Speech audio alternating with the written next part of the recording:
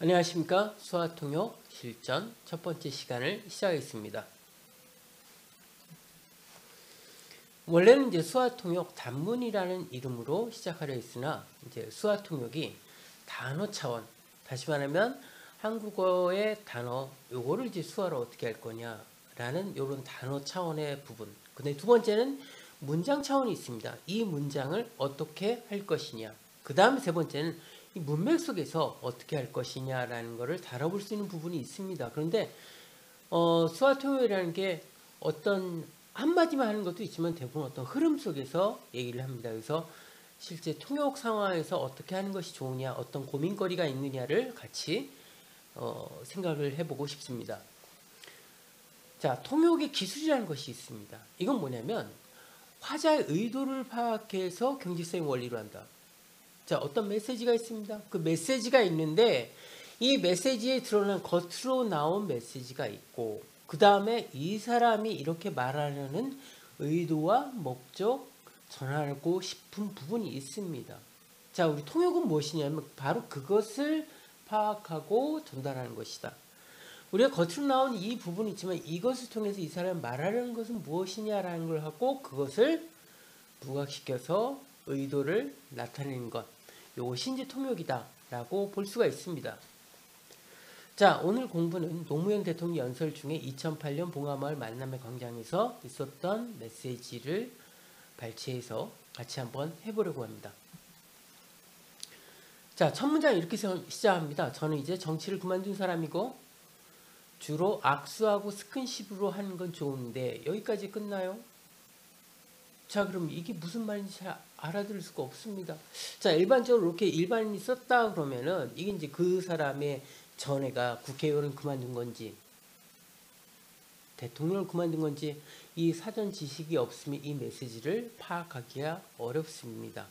그래서 이 부분은 이제 대통령도 그만두고 이제 정치도 그만두고 그리고 나 같은 사람 만나고 악수하는 건 문제가 없다. 그 밑에 문장 보면 혹시 여러분들이 정치인들 뽑는 선거를 하실 때는 절대 악수에 휘둘리지 마십시오. 자, 뭐냐면 선거 때 보면은 나 악수하고 나 악수한 사람이야. 그 사람 투표해주고 저 유명한 사람이야. 야 해가지고 또 투표해주고 이런 거에 휘둘리지 말라는 겁니다. 자, 그러면 앞에 문장이 이제 이해가 되는 거죠. 저는 이제 정치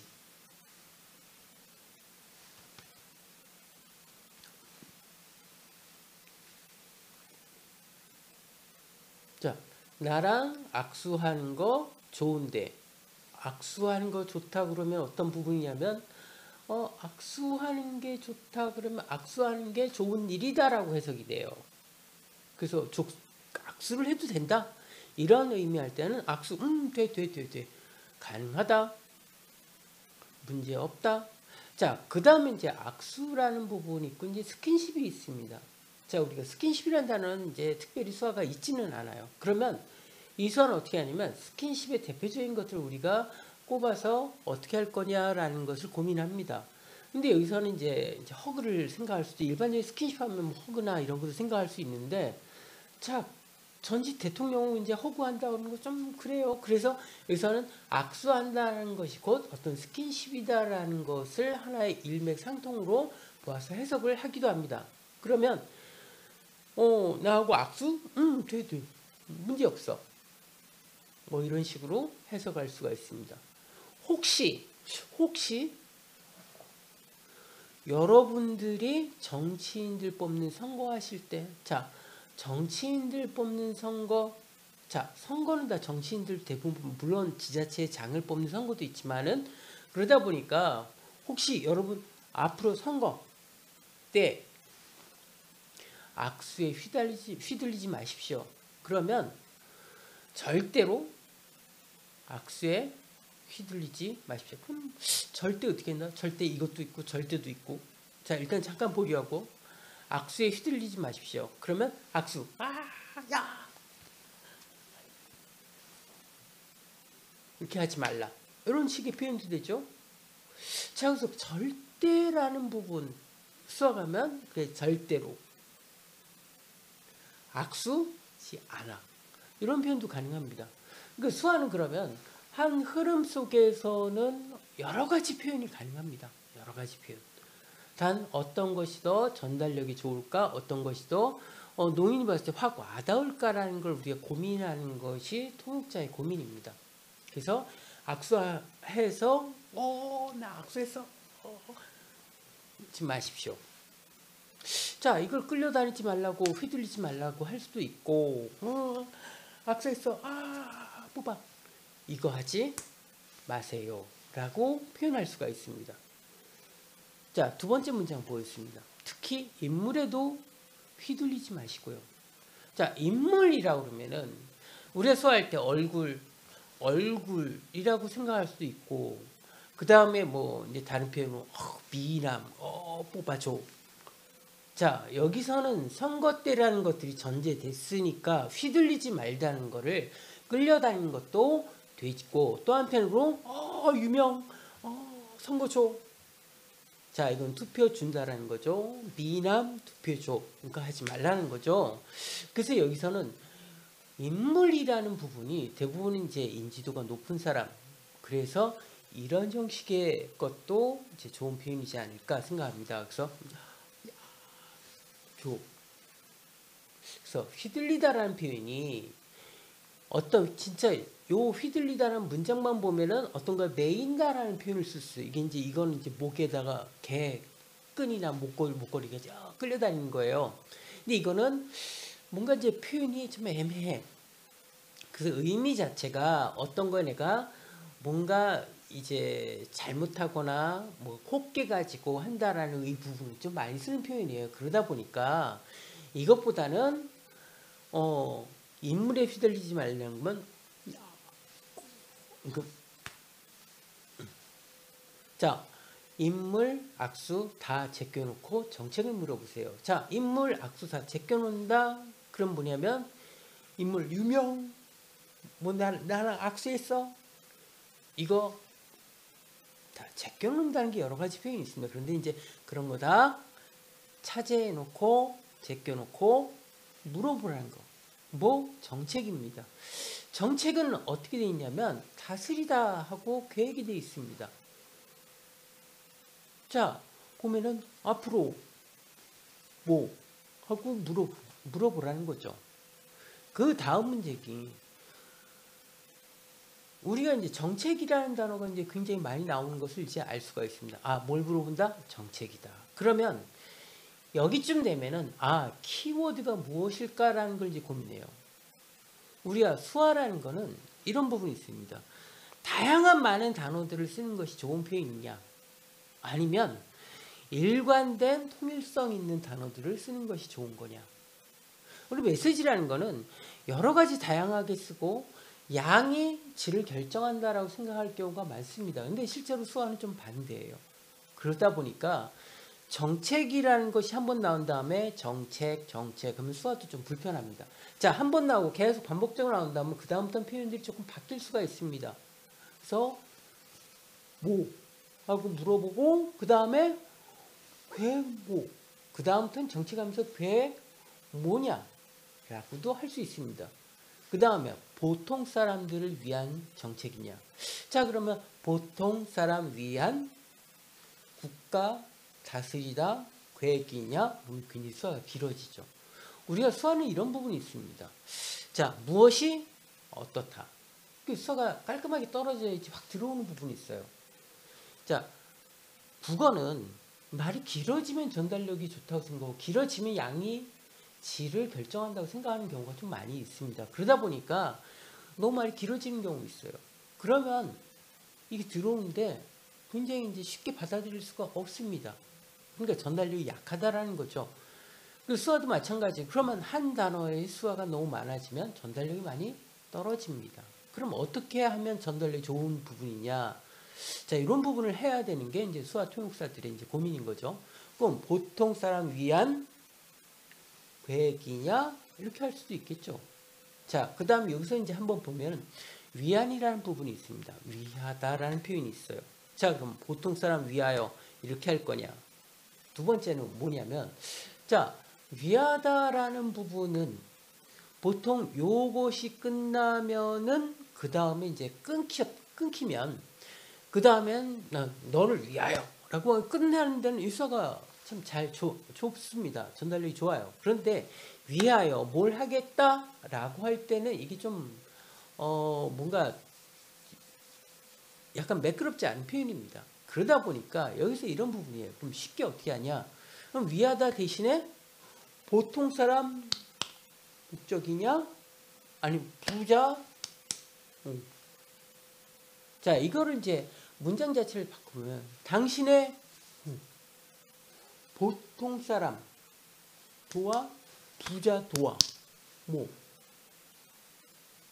물어보라는 거죠. 그래서 정책이고 이렇게 됐으니까 여기서 뭐냐면 질문은 뭐냐면 당신은 부자 위하냐?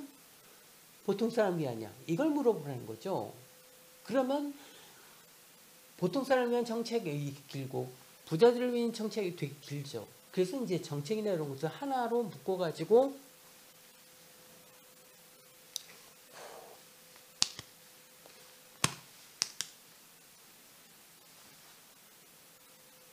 당신의 정책 해놓고 앞에 이제 정책이라는 걸 됐기 때문에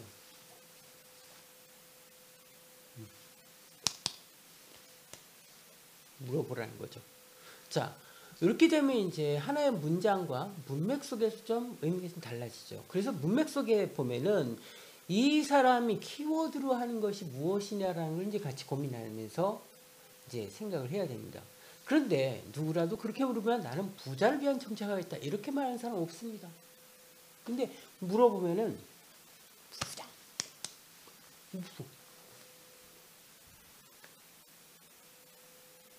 자, 누구라도 그렇게 물으면 나는 부자 위한 정책하겠다. 이처럼 말하는 사람 아무도 없다. 자, 물론 그렇게 소화할 수 있지만 굉장히 복잡하죠. 이것이 전달력이 좋을까라는 부분이에요. 그 질문하면은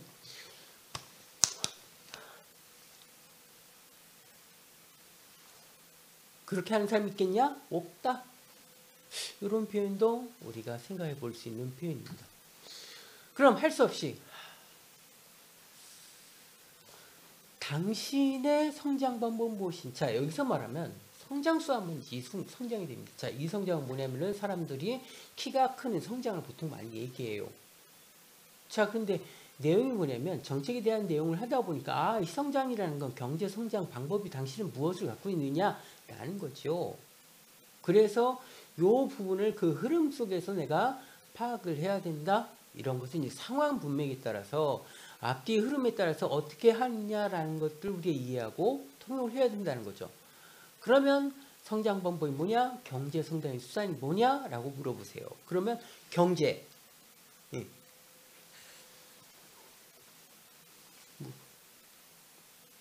경제. 자, 이렇게 하는 거죠. 자, 이런 방법이 있고 또 한편은 이런 방법이 있어요. 경제가 이렇게 쫙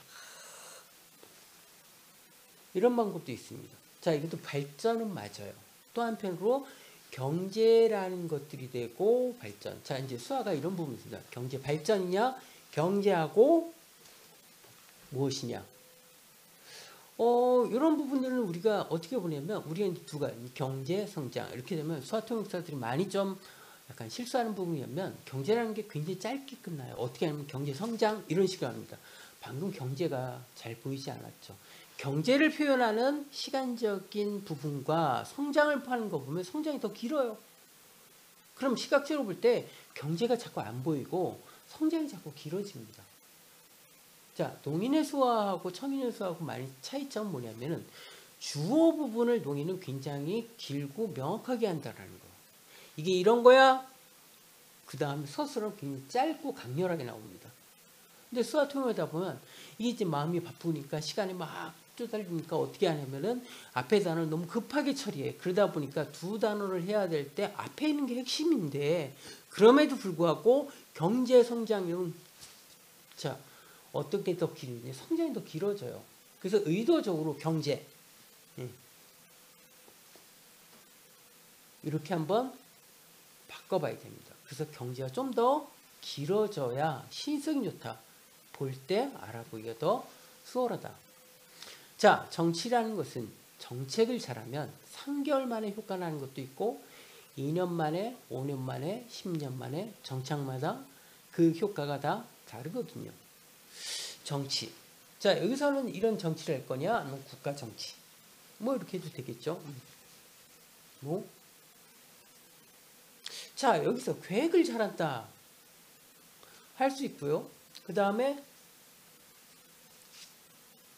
자, 계획을 잘못하면 계획만 이라고 볼 수 있어요. 자, 계획 잘 3개월 이득. 2년 후 이득. 5년 이득. 자, 그럼 어떻게 하면 경제 성장이 3년 후에 나오고 2년 후에 나오고 5년 후에 나오고 10년 후에 나온다. 이런 여러 가지 있다라고 했는데 어떻게 보이냐면 정책 잘 그럼 3개월 유익. 자, 그러면 이 정책을 하는 사람들의 역할에 따라 3개월 동안 굉장히 혜택 받는다. 약간 이런 느낌이에요. 그래서 어떻게 하면은 잘 하면 3개월 후 경제 살아난다는 거죠. 살아나는 것도 있고 더 발전하는 것도 있죠. 그럼 3개월 후 발전하는 것도 있고 효과가 나온다라는 거 좀 합쳐서 어떻게 하면은 경제 2년 후에 또 5년 후 있고 또 10년 후 있어요. 자, 그러면은 경제 효과라는 걸 대신해서 이렇게 표현할 수 있겠죠. 그 다음에 이게 각각 다르다. 빨리 효과 나는 것일수록 반드시 부작용이 뒤따라옵니다. 부작용은 이제 수화책 보면 몸 금지럽고 뭐 이런 표현들이 나와요. 자, 보통 약에 대한 걸 썼죠. 그러다 보니까 여기에서 부작용을 쓸 수는 없습니다. 그러면 문제.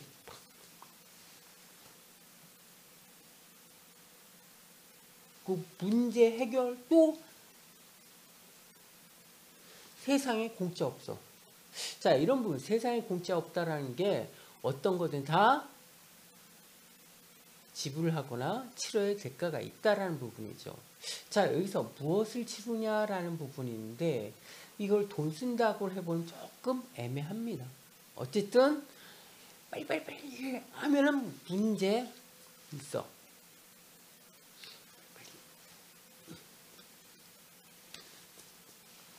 자, 이런 식으로 할 수 있고 그것이 문제가 터진다라는 게 부작용이 뒤따라온다라는 것들을 같이 할 수 있겠죠.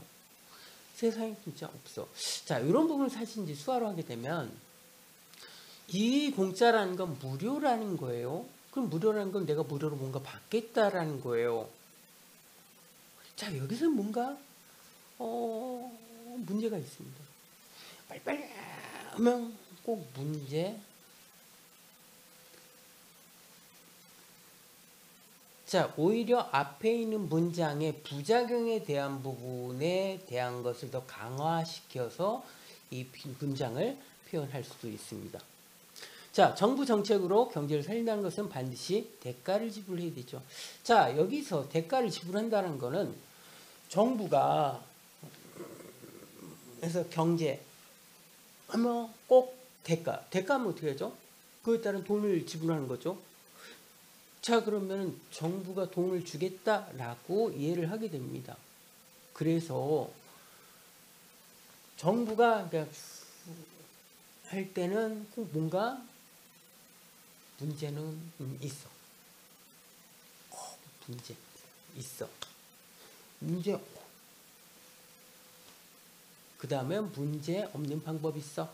이런 형식으로 우리가 대가 지불이라는 것 자체가 대가 지불하거나 대가 지불하게 되면은 자, 정부 입장에 주게 되니까 국민이 그러면은 정부 정책하면은 정부가 국민한테 돈 주겠다 이렇게 이제 오해할 수 있는 부분이라서 이걸 좀 바꿔버립니다.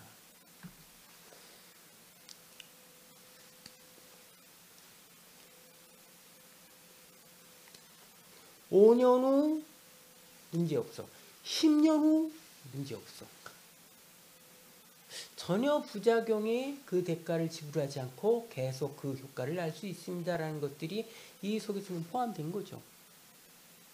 그리고 이런 걸 다 한 다음에 그 다음에 이런 형식으로 하면 이 전체에 말하려는 의도가 전달된다라고 볼 수가 있습니다. 근데 국민은 욕심이 그게 아니죠. 당장 해라죠. 당장 해내라죠. 어떻게 하죠? 자, 앞에 문제는 국민들은 욕심이 그게 아니다. 욕심을 쓸 수가 있어요. 근데 욕심하게 되면 이게 보통은 좋은 뜻 쓰기보다는 나쁜 것을 많이 씁니다. 국민들은 지금 자, 당장 해달라. 자, 근데 해달라라고 할 수 있어요. 빨리 해달라 하는 것이고, 지금, 자, 보통 말고 지금. 자, 지금 하고 이 동작이 지금 빨리 해달라, 내놔라 이런 표현이에요. 그래서 오히려 간단하게 지금.